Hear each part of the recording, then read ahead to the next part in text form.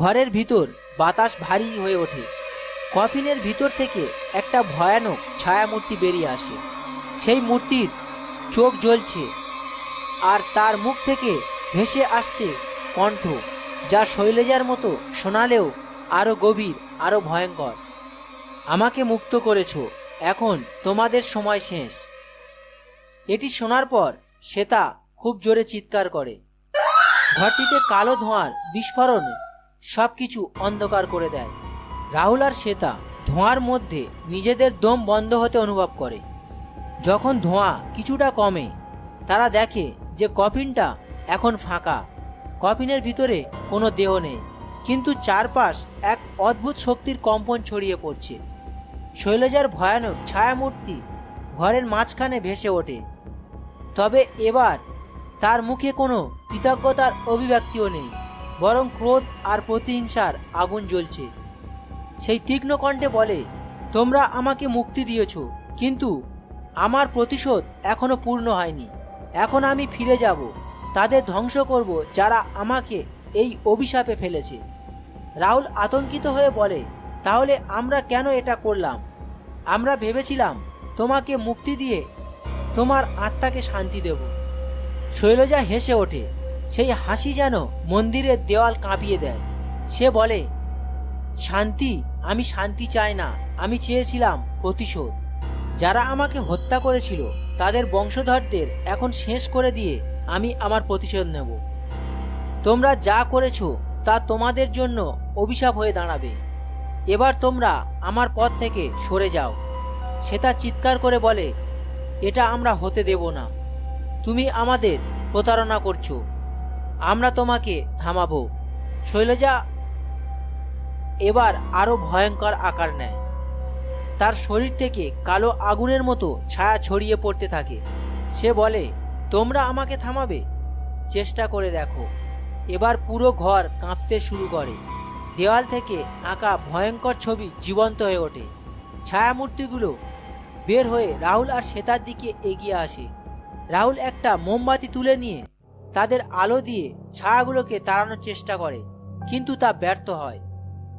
তখন হঠাৎ রাহুলের মনে পড়ে, হরিধন কাকা বলেছিলেন অন্ধকারকে থামানোর একমাত্র উপায় হলো আলো, কিন্তু সেই আলো মানুষের নয়, আত্মার। রাহুল শ্বেতাকে চিৎকার করে বলে, আমাদের হরিধন কাকার কাছে ফিরে যেতে হবে। তিনি জানেন কিভাবে শৈলজাকে থামানো যায়।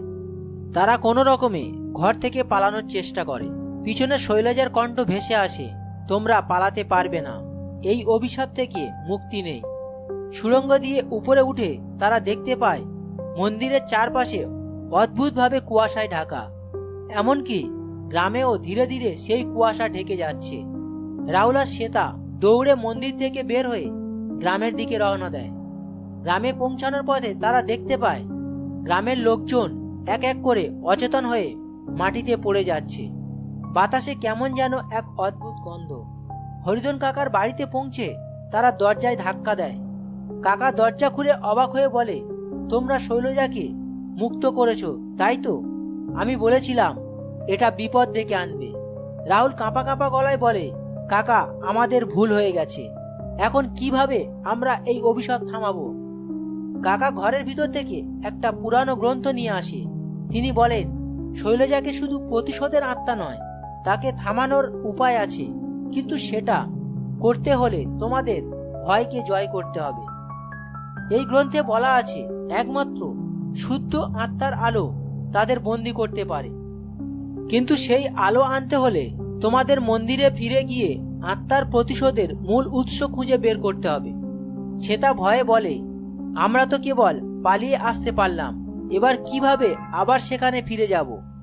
কাকা দৃঢ় কণ্ঠে বলে, এটাই একমাত্র মুক্তির উপায়। না গেলে এই গ্রাম ধ্বংস হয়ে যাবে, আর তোমাদেরও অভিশাপ থেকে মুক্তি পেতে হবে না। রাহুল আর শ্বেতার মুখে দ্বিধার ছাপ। তারা কি আবার মন্দিরে ফিরে যেতে পারবে? আর শৈলজাকে কি সত্যিই থামানো সম্ভব? রাহুল আর শ্বেতা গভীর সংকল্প নিয়ে হরিধন কাকার নির্দেশ মতো মন্দিরে ফেরার প্রস্তুতি নেয়। কাকা তাদের পুরানো গ্রন্থের কিছু অংশ পড়ে শোনান। শৈলজার মুক্তি মন্দিরের মূল স্তম্ভ থেকে আসে। সেই স্তম্ভে লুকিয়ে আছে তার প্রতিশোধের মূল। সেই স্তম্ভ ধ্বংস না করা পর্যন্ত শৈলজাকে থামানো যাবে না। কিন্তু সাবধান, স্তম্ভ ধ্বংস করার আগে তোমাদের নিজেদের ভয় ও দুর্বলতাকে জয় করতে হবে, কারণ শৈলজা তোমাদের মন ও ইচ্ছাকে দুর্বল করে দেবে। কাকা তাদেরকে সঙ্গে কিছু পবিত্র উপাদান দেন, গঙ্গাজল, তুলসীর মালা এবং একটি ধূপকাঠি, যা শুধু শৈলজার শক্তিকে নিরপেক্ষ করতে পারে। রাতের আঁধারে রাহুল আর শ্বেতা আবার মন্দিরের দিকে রওনা হয়। পুরো গ্রাম তখন কুয়াশার মড়কে ঢেকে গেছে। পায়ের তলার মাটি যেন কেঁপে কেঁপে উঠছে। মন্দিরে পৌঁছালে তারা দেখে জায়গাটি আরো অদ্ভুত হয়ে গেছে। পাথরের গায়ে রক্তের মতো লাল ছোপ, আর বাতাসে শৈলজার প্রতিশোধ স্প্রিয়া যেন তাদের দম বন্ধ করে দেয়। মন্দিরের ভিতরে প্রবেশ করতেই তাদের চারপাশে অদ্ভুত কণ্ঠ ভেসে আসে। সেই কণ্ঠ তাদের দুঃস্বপ্নের মতো অনুভূতি জাগিয়ে তোলে। রাহুল নিজের বাবার মৃত্যুদশা দেখতে পায়, আর শ্বেতা তার ছোটবেলার সবচেয়ে ভয়ঙ্কর অভিজ্ঞতা, তার দাদার হাতে মায়ের অত্যাচার। তারা ধীরে ধীরে মন্দিরের মূল কক্ষের দিকে এগিয়ে যায়, কিন্তু পথ তাদের জন্য সহজ ছিল না, কারণ মাটির নিচ থেকে ছায়ার মতো কিছু হাত বেরিয়ে আসে এবং তাদের পা টেনে ধরার চেষ্টা করে। রাহুল গঙ্গাজল ছিটিয়ে সেই ছায়াগুলিকে দূরে সরিয়ে দেয়। শেষমেশ তারা মন্দিরের কেন্দ্রস্থলে পৌঁছায়। সেখানে একটা বিশাল পাথরের স্তম্ভ দেখা যায়, যার গায়ে অদ্ভুত প্রতীক এবং লেখনী খোদাই করা। স্তম্ভটি কালো আলো ছড়াচ্ছে, আর তার নিচে থেকে ভেসে আসছে এক শীতল বাতাস। রাহুল গঙ্গাজল ছিটিয়ে স্তম্ভে হাত রাখে। ঠিক তখনই শৈলজার ছায়ামূর্তি তাদের সামনে ভেসে ওঠে। এবার সে আরো বিশাল আকার ধারণ করে। তার চোখে আগুনের শিখা, আর তার কণ্ঠ যেন মন্দিরের দেওয়াল ভেঙে ফেলার মতো ভয়ঙ্কর। তোমরা আবার এখানে ফিরে এসেছো, শৈলজা চিৎকার করে বলে। আমি বলেছিলাম আমাকে থামানো সম্ভব নয়। শৈলজা এক শক্তিশালী ঝড় সৃষ্টি করে। ঝড়ের মধ্যে রাহুল আর শ্বেতা নিজেদের ধরে রাখতে হিমশিম খায়। শ্বেতা তুলসীর মালা তুলে ধরে বলে, তোমার প্রতিশোধ যথেষ্ট হয়েছে শৈলজা। এই গ্রামে আর কারো জীবন নষ্ট হতে দেব না। তুলসী মালার আলো শৈলজার দিকে ছুটে যায়। শৈলজার মূর্তি মুহূর্তে কেঁপে ওঠে, কিন্তু তাতেও সে থামে যায় না। ঠিক তখনই রাহুল স্তম্ভে গঙ্গাজল ছিটিয়ে বলে, এই স্তম্ভই তোমার শক্তির মূল, এটা আমরা ধ্বংস করব। রাহুল আর শ্বেতা মিলে স্তম্ভটিকে ধাক্কা দিতে থাকে। হঠাৎ স্তম্ভের গায়ে থাকা প্রতীকগুলো থেকে কালো আলো বের হতে শুরু করে। সেই আলো যেন তাদের চারপাশে ভয় সৃষ্টি করার চেষ্টা করে। রাহুল তার ভয়কে অগ্রাহ্য করে শেষ শক্তি দিয়ে স্তম্ভে আঘাত করে। স্তম্ভটা ধীরে ধীরে ফাটতে শুরু করে। শৈলজার কণ্ঠ চারপাশে ভেসে ওঠে, তোমরা যা করছো তার জন্য চরম মূল্য দিতে হবে। আমাকে থামাতে গেলে নিজেরাই ধ্বংস হবে। রাহুল আর শ্বেতার আঘাতে স্তম্ভ ভেঙে পড়ার সঙ্গে সঙ্গে পুরো মন্দির কেঁপে ওঠে। স্তম্ভের ফাটল থেকে এক তীব্র আলো বের হয়, আর সেই আলোই মন্দিরের অন্ধকার মুহূর্তের জন্য দূর হয়ে যায়। শৈলজার কর্কশ কণ্ঠ শোনা যায়, তোমরা যা করছো তার পরিণতি হবে ভয়ঙ্কর। আমি ধ্বংস হব না, আমি পুনর্জন্ম নেব।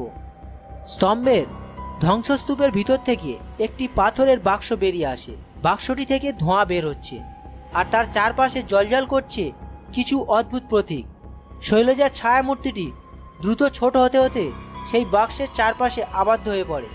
ঠিক সেই সময় হরিধন কাকা মন্দিরে পৌঁছায়। কাকার হাতে থাকা ধূপকাঠি জ্বালিয়ে মন্দিরের চারপাশে ঘোরাতে ঘোরাতে তিনি বলেন, এটাই সেই বাক্স যেখানে শৈলজার আত্মাকে প্রথমবার বন্দী করা হয়েছিল। এই বাক্সের মধ্যে আছে তার জীবনের সব সত্য। কাকা বাক্সের দিকে তাকিয়ে বলে, তোমরা জানো কেন শৈলজা এমন ভয়ঙ্কর প্রতিশোধ স্পৃহা নিয়ে ফিরে এসেছে? তার জীবন আর মৃত্যুর পিছনে সত্য কখনো প্রকাশ পায়নি। কাকা বাক্সটি খুলে ফেলেন। তার ভিতর থেকে বেরিয়ে আসে একটি প্রাচীন কাপড়ের টুকরো, যার উপরে রক্তে লেখা কিছু কথা। কাকা কাপড়টি পড়ে শোনান, আমি শৈলজা, আমাকে প্রতারিত করা হয়েছে, আমি বিশ্বাসঘাতকতার শিকার। আমার জীবন শুধু প্রতিশোধ নয়, আমার আত্মার মুক্তি চায় শুধু সত্য প্রকাশের মাধ্যমে। কাকা আরো বলেন, শৈলজা এই গ্রামের এক নিরীহ মেয়ে ছিল, কিন্তু গ্রামের কিছু প্রভাবশালী লোক তার বিরুদ্ধে ষড়যন্ত্র করে। তারা শৈলজাকে ডাইনি বলে অভিযুক্ত করে আর তাকে জীবন্ত পুড়িয়ে মারে। মৃত্যুর আগে শৈলজা শপথ করেছিল সে ফিরে আসবে এবং তার মৃত্যুর জন্য দায়ী সকলকে শাস্তি দেবে। সে তা কেঁপে কেঁপে বলে, তাহলে শৈলজা শুধু প্রতিশোধের জন্য ফিরে আসেনি, সে চায় তার সঙ্গে যে অন্যায় হয়েছে সেটা সবাই জানুক। রাহুল কাকাকে জিজ্ঞাসা করে, আমরা কি এখন তাকে মুক্তি দিতে পারি? তার প্রতিশোধ আর ভয় যেন থেমে যায়। কাকা বলেন, শৈলজার আত্মা সত্য প্রকাশের অপেক্ষায় আছে। যদি আমরা তার মৃত্যুর ন্যায় প্রতিষ্ঠা করি তবে সে শান্তি পাবে, কিন্তু যদি আমরা ব্যর্থ হই তার অভিশাপ আমাদের সবাইকে গ্রাস করবে। কাকা মন্ত্রপাঠ শুরু করেন। বাক্স থেকে বের হওয়া ধোঁয়া ধীরে ধীরে কমতে থাকে আর শৈলজার ছায়া মূর্তি এক জায়গায় স্থির হয়। শৈলজার কণ্ঠ এবার অনেকটা শান্ত হয়ে বলে, আমার মৃত্যুতে যে অন্যায় হয়েছিল তা যদি স্বীকার করা হয় আমি মুক্ত হব, কিন্তু যদি সেই সত্য গোপন থাকে আমি আবার ফিরে আসব। বাক্সটি ধীরে ধীরে নিজের ভিতরে শৈলজার শক্তি আবদ্ধ করতে থাকে। মন্দিরের কাঁপন থেমে যায় আর চারপাশে এক অদ্ভুত নিস্তব্ধতা নেমে আসে। শৈলজার আত্মার কথা শুনে রাহুল, শ্বেতা এবং হরিধন কাকা বুঝতে পারে তাদের সামনে এখন একটি কঠিন দায়িত্ব। শুধু শৈলজার মৃত্যুর সত্যকে প্রকাশ করলেই তার আত্মা মুক্তি পাবে, কিন্তু কিভাবে আমরা এত পুরানো ঘটনার প্রমাণ খুঁজে বের করব?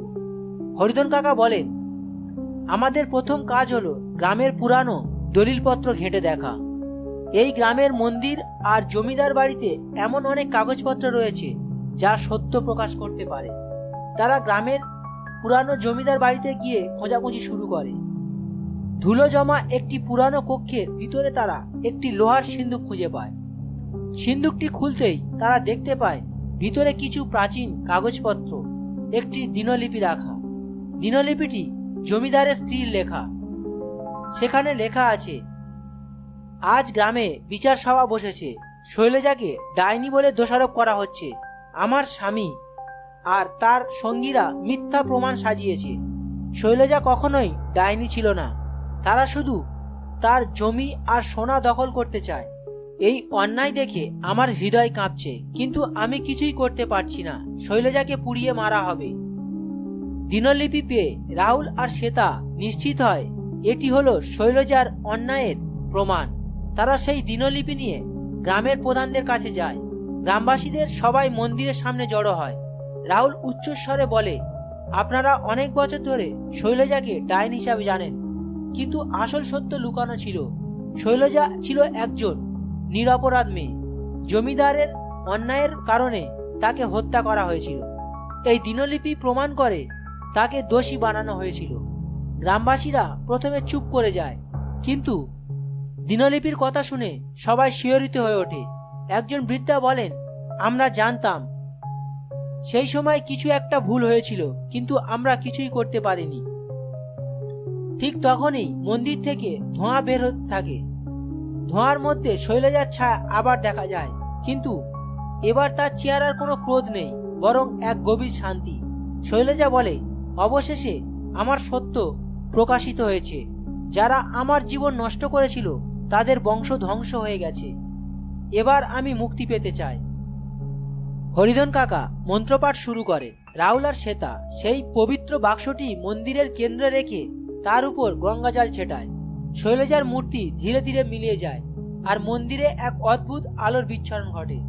গ্রাম থেকে কুয়াশা সরে যায়, বাতাসে নতুন প্রাণের সুর ধ্বনিত হয়। গ্রামবাসীরা বুঝতে পারে এতদিনের অভিশাপ শেষ হয়েছে। রাহুল শ্বেতার দিকে তাকিয়ে বলে, আমরা আমাদের কাজ সম্পূর্ণ করেছি। শৈলজা আত্মা এখন শান্তি পেল। গ্রামবাসীদের আনন্দ আর রাহুল আর শ্বেতার মুখে তৃপ্তির হাসি। শৈলজার আত্মার মুক্তি এবং অভিশাপের অবসানের পর গ্রামে শান্তি ফিরে আসে। মন্দির আর কুয়াশাচ্ছন্ন নয়, গ্রামের আকাশে সূর্যের আলো উজ্জ্বলভাবে ঝলমল করছে, যেন প্রকৃতি নতুন করে জীবন ফিরে পেয়েছে। গ্রামের প্রধান এবং বৃদ্ধরা সবাই মন্দিরের সামনে জড়ো হয়ে রাহুল, শ্বেতা আর হরিধন কাকাকে কৃতজ্ঞতা জানায়। একজন বৃদ্ধ বলেন, তোমাদের সাহস আর সততার জন্যই আমরা এত বড় অভিশাপ থেকে মুক্তি পেয়েছি। আমরা আর কাউকে অবিচার শিকার হতে দেব না। এই ঘটনা আমাদের শিক্ষা দিয়েছে। গ্রামের প্রধান ঘোষণা করে, আজ থেকে এই গ্রাম শৈলজার নামে পরিচিত হবে, যেন আমরা তার জীবন অন্যায়ের কথা মনে রাখি এবং ভবিষ্যতে কোনো ভুল না করি। রাহুল আর শ্বেতা গ্রাম ছাড়ার প্রস্তুতি নেয়। হরিধন কাকা তাদের বিদায় জানিয়ে বলে, তোমাদের এই কাজ শুধু শৈলজার আত্মাকে মুক্তি দেয়নি, এটা এই গ্রামকে নতুন জীবনের পথ দেখিয়েছে। তোমাদের জন্য আমার আশীর্বাদ রইল। শ্বেতা বলে, কাকা, আমরা আপনাকে ভুলব না। আপনার জ্ঞান আর সাহস ছাড়া আমরা এটা করতে পারতাম না। গ্রাম থেকে বেরিয়ে রাহুল আর শ্বেতা মনে করে এই অভিজ্ঞতা তাদের জীবনে এক গুরুত্বপূর্ণ পরিবর্তন এনেছে। রাহুল শ্বেতাকে বলে, এই ঘটনা আমাকে শিখিয়েছে যে ভয় জয় করা আর সত্যের জন্য লড়াই করাই জীবনের মূল লক্ষ্য। শ্বেতা উত্তর দেয়, আর আমি শিখেছি অন্যায়ের বিরুদ্ধে লড়াই শুধু সাহস নয়, হৃদয়ের শক্তি দরকার। আমরা একসঙ্গে এটা পেরেছি। গ্রামের মন্দিরটি সংস্কার করা হয় আর সেখানে শৈলজার স্মৃতিতে একটি পবিত্র প্রদীপ জ্বালানো হয়। সেই প্রদীপ প্রতিদিন জ্বালাতে থাকে, যেন শৈলজার আত্মার মুক্তির স্মারক হয়ে থাকে। গ্রামবাসীরা তাদের জীবনে নতুন করে শুরু করে। শৈলজার গল্প তাদের একটি শিক্ষা দেয়, সত্যকে কখনো চেপে রাখা উচিত নয়। গল্পটি আপনাদের কেমন লাগলো তা অবশ্যই কমেন্ট করে জানাবেন। সেই সঙ্গে এই রকম ভয়ঙ্কর ভৌতিক গল্প দেখার জন্য চ্যানেলে নতুন হলে চ্যানেলটি অবশ্যই সাবস্ক্রাইব করবেন।